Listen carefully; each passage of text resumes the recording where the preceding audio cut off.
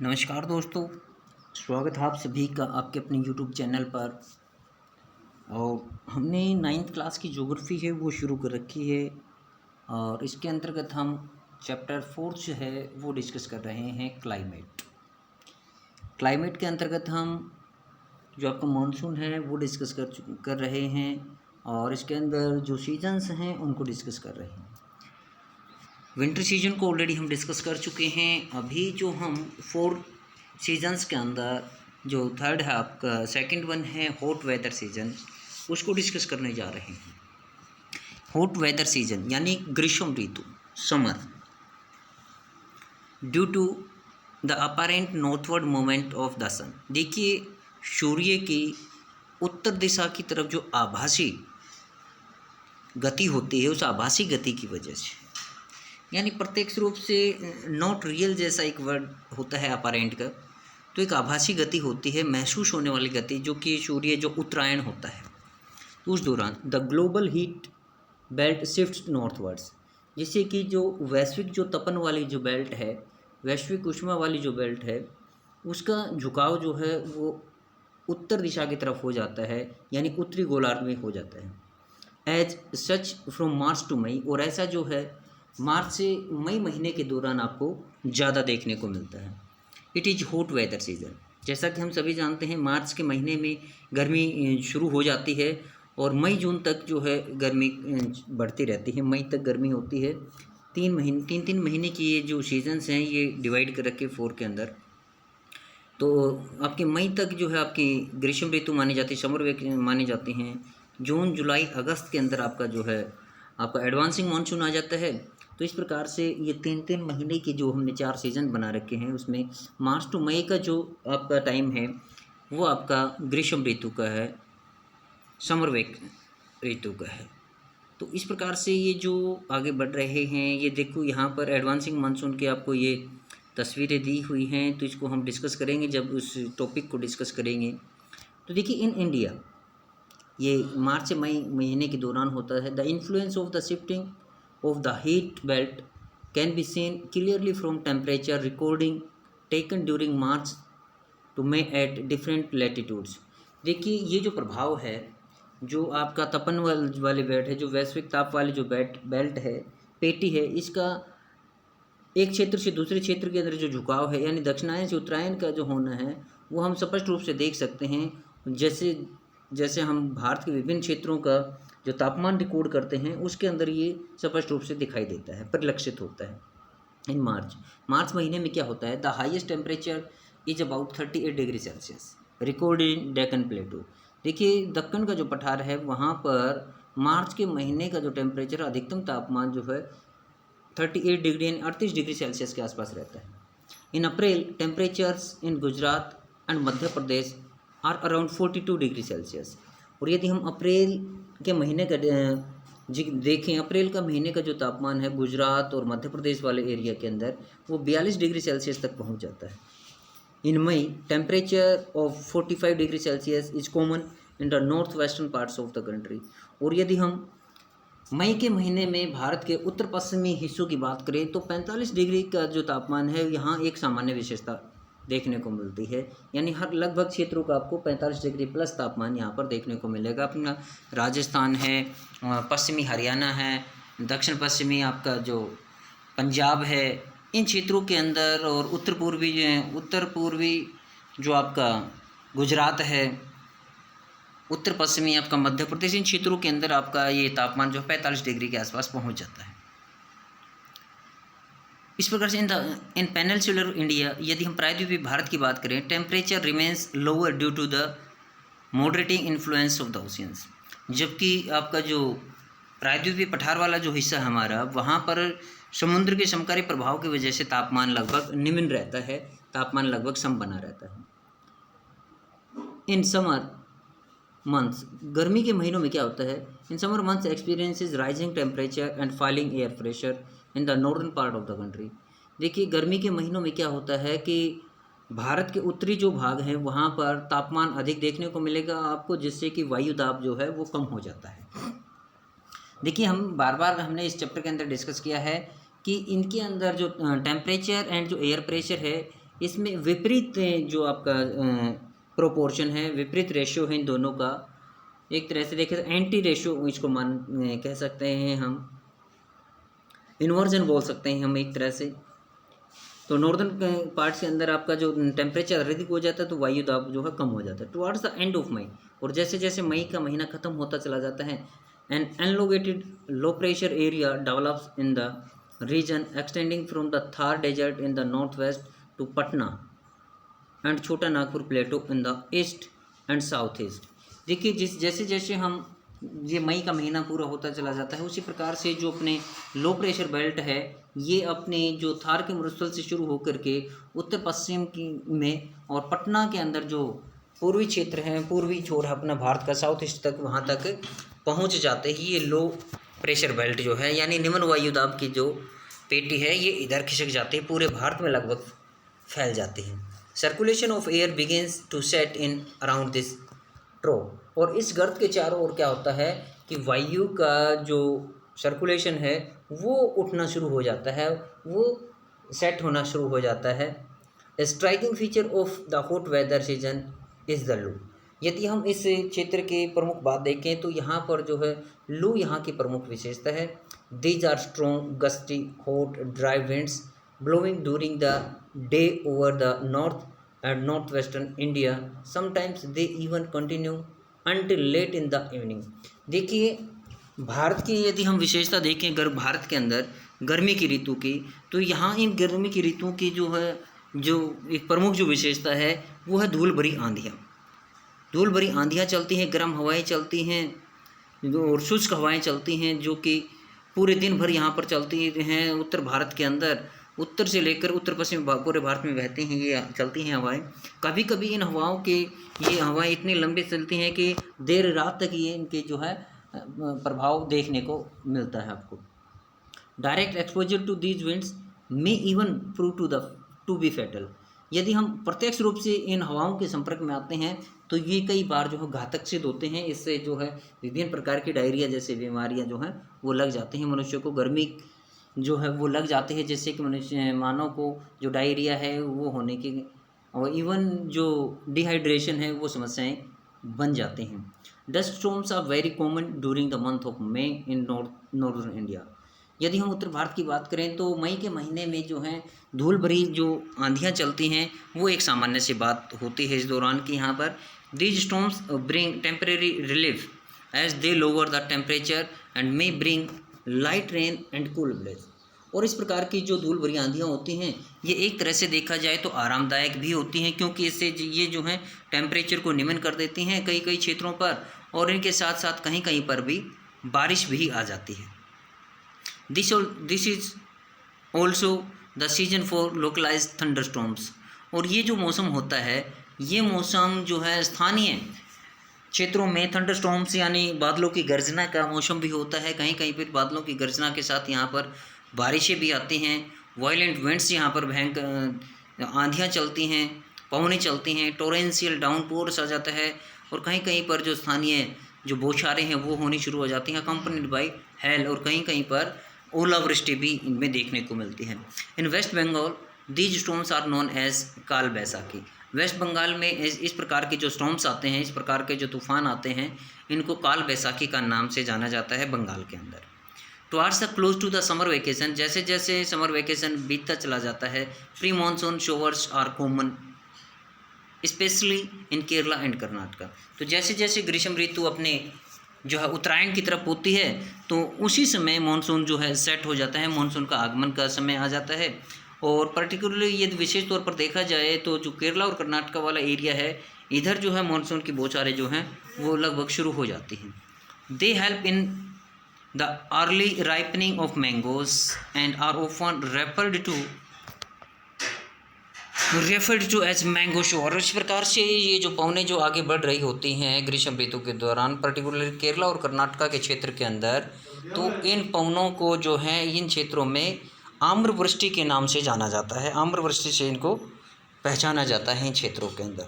तो इस प्रकार से हमने जो आपकी ग्रीष्म ऋतु है, ग्रीष्म ऋतु के बारे में यानी समर जो सीजन है उसके बारे में जाना, किस प्रकार से विभिन्न नामों से इनको जाना जाता है विभिन्न क्षेत्रों के अंदर। तो अब जो नेक्स्ट करते हैं हम एडवांसिंग मानसून। एडवांसिंग मानसून यानी आगे बढ़ता हुआ मानसून भी इसको बोल देते हैं, द रेनी सीजन भी इसको बोल देते हैं, यानी वर्षा ऋतु भी इसको भी बोल देते हैं हम। बाय अर्ली जून, देखिए जून के प्रारंभ तक the low pressure condition over the northern plains intensifies. देखिए जो हमारा जो उत्तर भारत है, उत्तर भारत के अंदर निम्न वायुदाब का क्षेत्र जो है वो प्रबल हो जाता है। It attracts the trade winds of the southern hemisphere. और ये पवनें जो हैं, ये निम्न वायुदाब का जो क्षेत्र होता है, ये निम्न वायुदाब का क्षेत्र दक्षिण महासागर के यानी दक्षिणी गोलार्ध जो हमारा, वहाँ की जो व्यापारिक पवनें हैं उनको अपनी ओर आकर्षित करते हैं। These south east trade winds originate over the warm sub tropical areas of the southern oceans.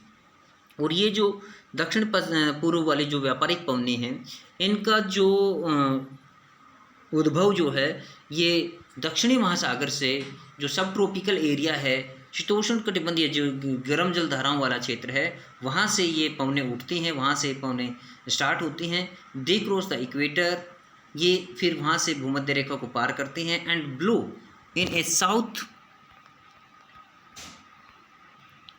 In south westerly direction. और वहाँ से ये दक्षिण पश्चिमी दिशा में आगे की तरफ बढ़ती हैं। किसको पार करने के पश्चात?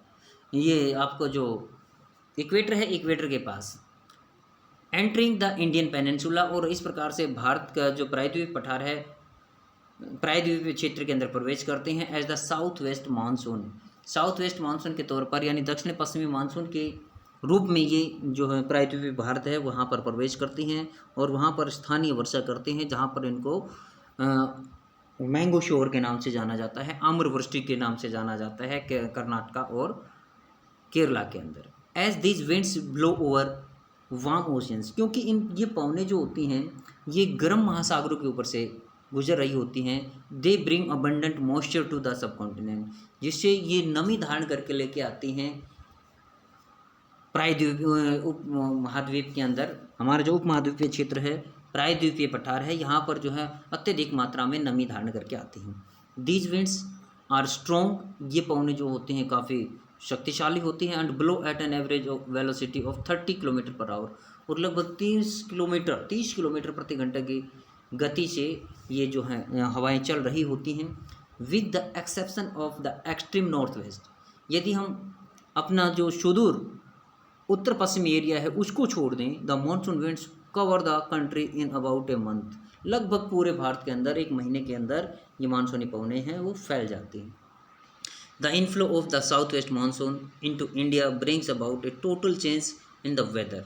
और इस प्रकार से जो मानसून का जो प्रभाव होता है, दक्षिण पश्चिम मानसून का प्रभाव भारतीय क्षेत्र में जैसे ही ये आता है, तो इस प्रकार से पूरे भारतीय जो मौसम है, मौसम के अंदर पूरी तरह से परिवर्तित मौसम हो जाता है।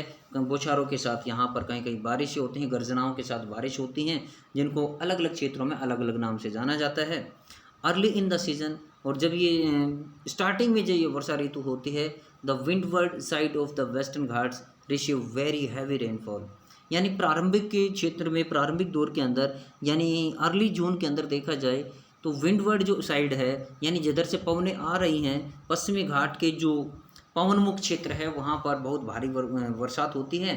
मोर देन 250 सेंटीमीटर, यानी 250 सेंटीमीटर से भी अधिक बारिश यहाँ पर दर्ज की जाती है जून के प्रथम सप्ताह के अंदर ही। The Deccan plateau and parts of Madhya Pradesh also receive some amount of rain in spite of lying in the rain shadow areas. Madhya Pradesh और जो दक्कन का पठार है, ये क्षेत्र वर्षा छाया क्षेत्र में होने के बावजूद भी यहाँ पर कुछ हल्की बारिश देखने को मिलती है, हल्की बारिश यहाँ पर होती है। The maximum rainfall of this season is received in the north eastern parts of the country.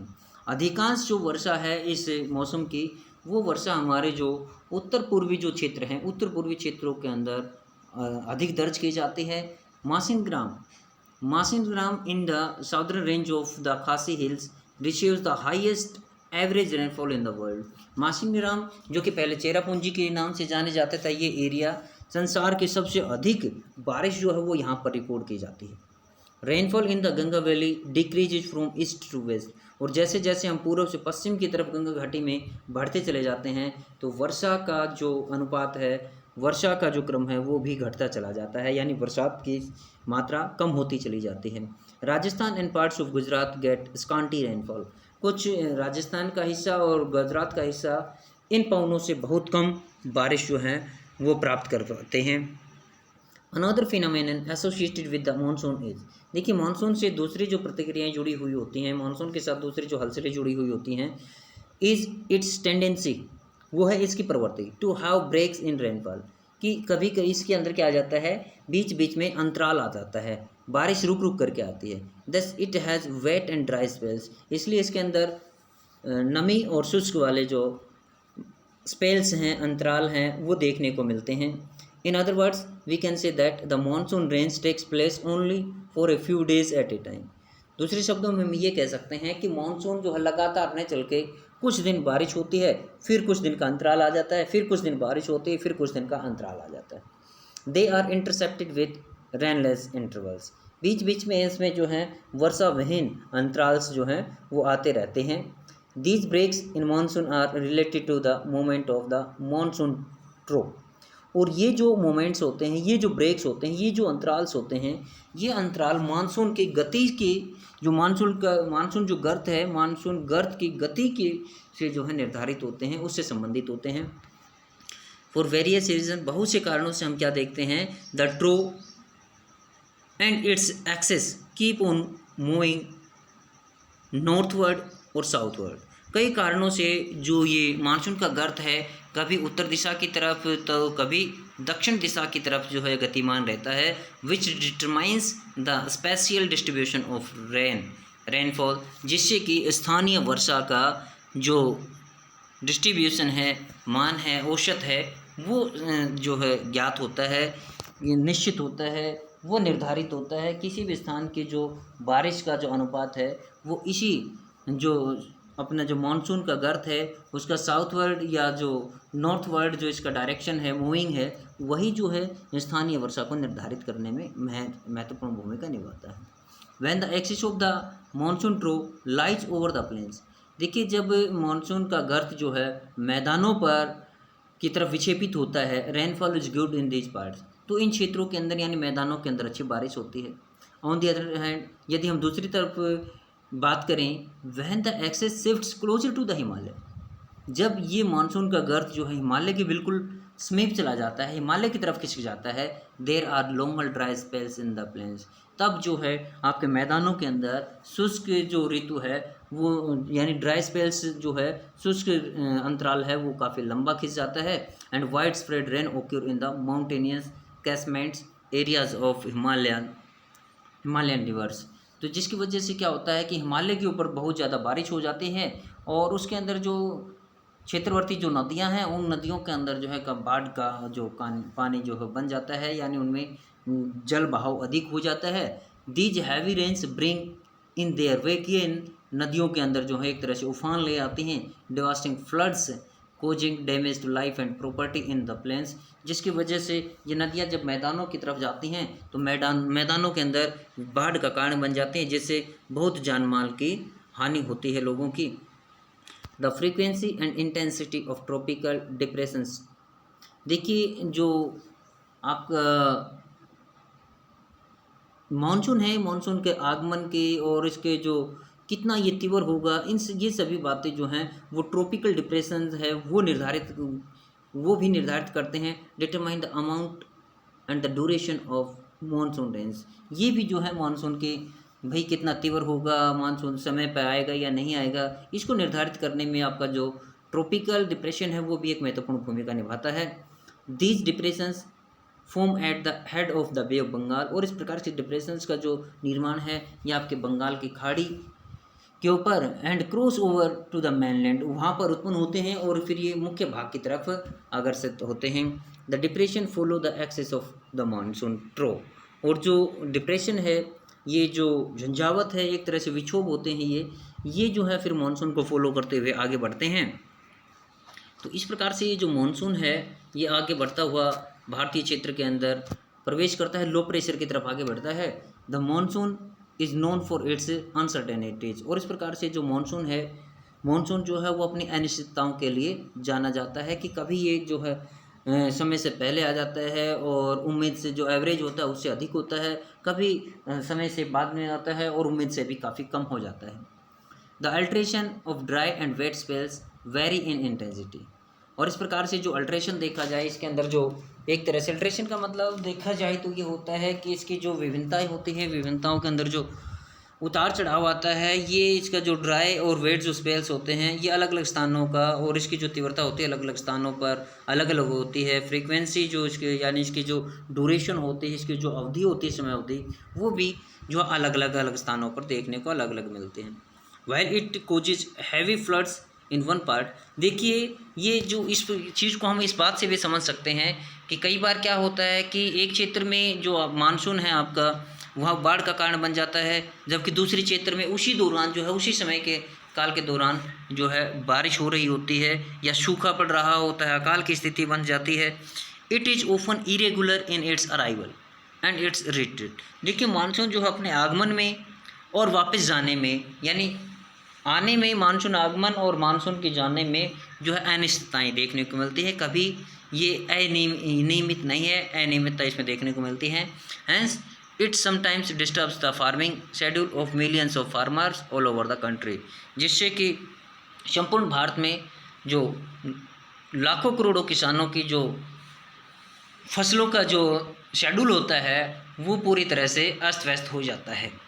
तो आज हमने मानसून का जो आगमन है, उसके मानसून के आगमन के बारे में जाना, ग्रीष्म ऋतु के बारे में जाना, मानसून के अनसर्टेनिटीज क्यों किसी भी क्षेत्र के प्रभावित करते हैं, यानी ये अलग अलग क्षेत्रों पर इसके जो कभी समय पे आना कभी नहीं आना, और मानसून से प्री जो शॉर्स होती हैं उनको अलग अलग क्षेत्रों में किस किस नाम से जाना जाता है वो जाना। जैसे पश्चिम बंगाल के अंदर इनको हम काल बैसाखी बोलते हैं, केरला और कर्नाटका वाले साइड में इनको हम मैंगो शोर बोलते हैं, अमर वृष्टि बोलते हैं।